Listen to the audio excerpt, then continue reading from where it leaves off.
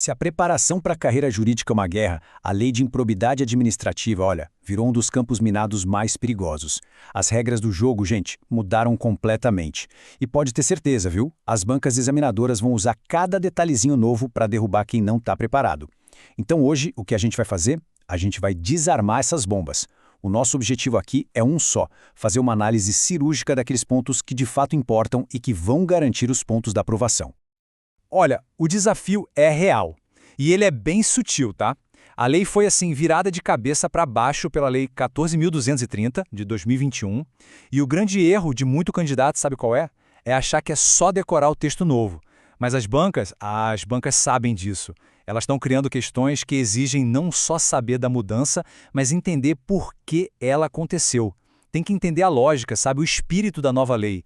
Isso para não cair naquelas pegadinhas que parecem certas, mas que na verdade escondem uma baita armadilha. É bem aí que aqueles pontos preciosos acabam sendo perdidos.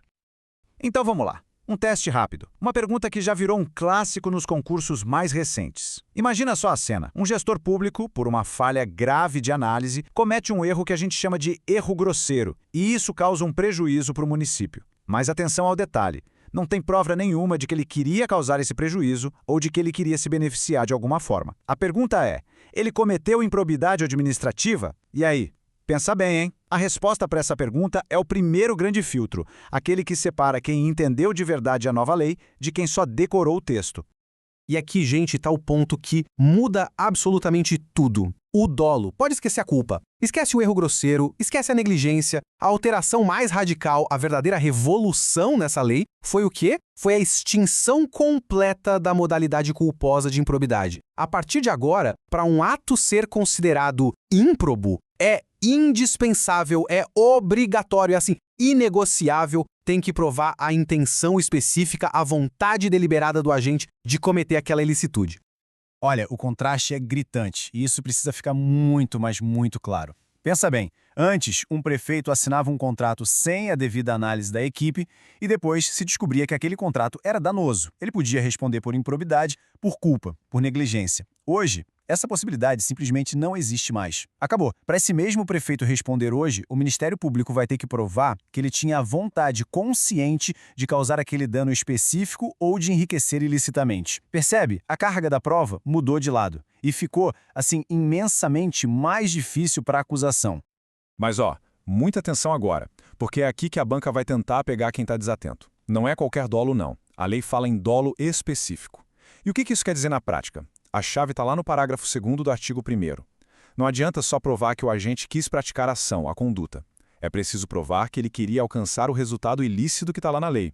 Ou seja, ele queria o quê? Enriquecer ilicitamente, que é o artigo 9º, ou causar o prejuízo ao erário, do artigo 10º. Ou então violar os princípios da administração, mas com um fim específico, lá do artigo 11º. É a intenção focada no resultado. Guardem isso. E qual é a consequência prática disso tudo? Bom, é a chamada blindagem do gestor público honesto. Essa mudança na lei, gente, foi uma resposta direta àquele fenômeno que ficou conhecido como apagão das canetas, ou direito administrativo do medo. O que acontecia? Muitos gestores, com medo de serem processados por improbidade por causa de um erro técnico ou de uma decisão difícil que deu errado, simplesmente paravam de decidir. Travavam. A administração pública ficava paralisada. Então, a nova lei meio que tenta dizer o seguinte: gestor, se você agir sem má-fé, sem intenção de lesar ou de se beneficiar, pode tomar suas decisões. O erro por si só não é mais improbidade. Simples assim.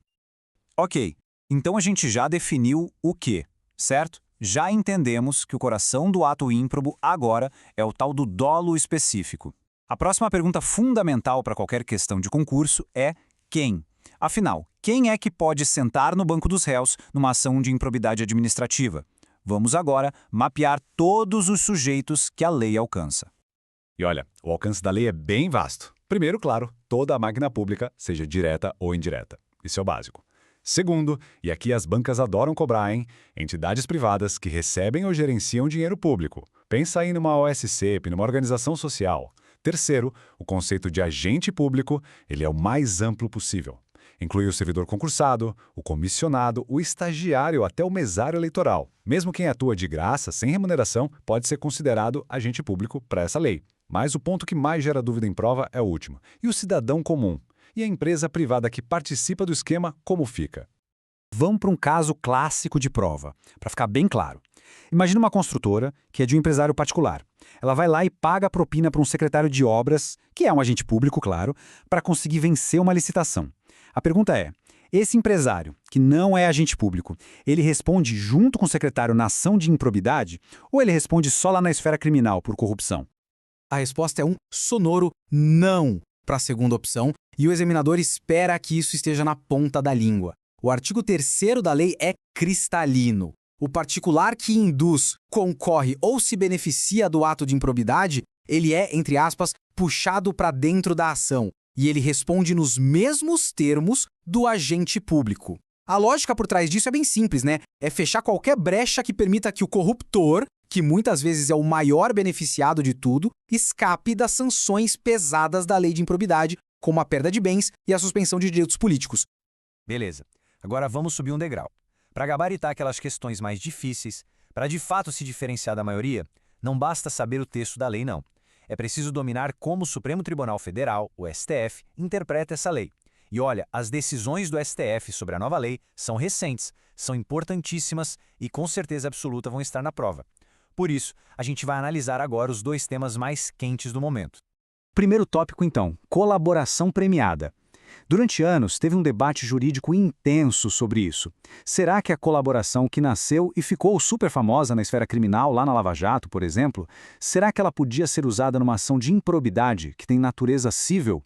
A dúvida existia porque são esferas diferentes do direito, né? Com princípios distintos e tudo mais. Mas o STF, de olho na necessidade de ter ferramentas eficazes de combate à corrupção, foi lá, bateu o martelo e acabou com a discussão. Lá no julgamento do tema 1043, de repercussão geral, o STF disse sim, a colaboração premiada é sim perfeitamente constitucional e aplicável na improbidade. O Ministério Público pode celebrar o acordo. A entidade pública que foi lesada, tipo um município ou um estado, participa do processo como interveniente. Mas atenção, aqui está o detalhe de ouro para a prova, aquela informação que vale a questão. Mesmo que o município que foi lesado se oponha ao acordo, o juiz pode homologar assim mesmo. E por quê?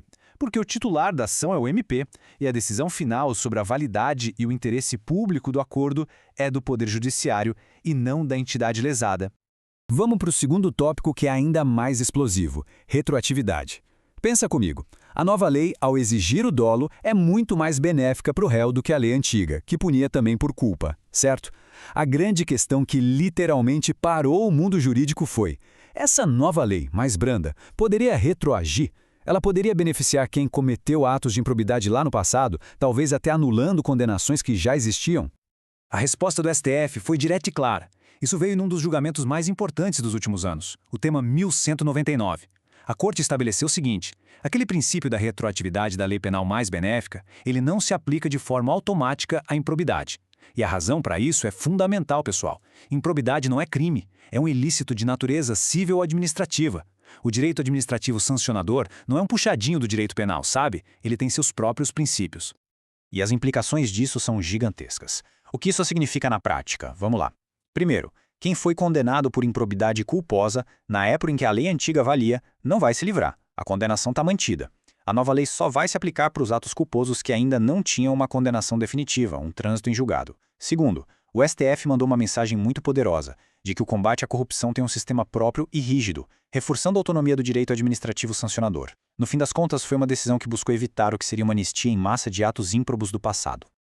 Certo, a gente cobriu os pontos nevrálgicos, os mais importantes, mas a gente sabe como é na hora da prova, né? O tempo correndo, a pressão lá no teto, a informação precisa estar organizada na cabeça. É preciso ter um método, um passo a passo para analisar qualquer questão sobre improbidade.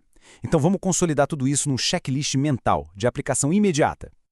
Na hora da prova, o raciocínio tem que ser esse algoritmo aqui. Passo 1. Procure o dolo específico. A questão descreve uma conduta intencional para um fim ilícito? Se a resposta for não, se for só um erro, a questão provavelmente morre aí, não tem improbidade. Passo 2. Mapeie os jogadores. Quem está envolvido? É agente público? É um particular? Lembre-se, todo mundo pode ser responsabilizado.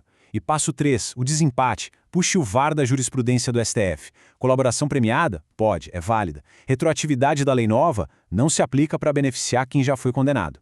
Seguindo esses passos, a chance de acertar a questão, olha, dispara.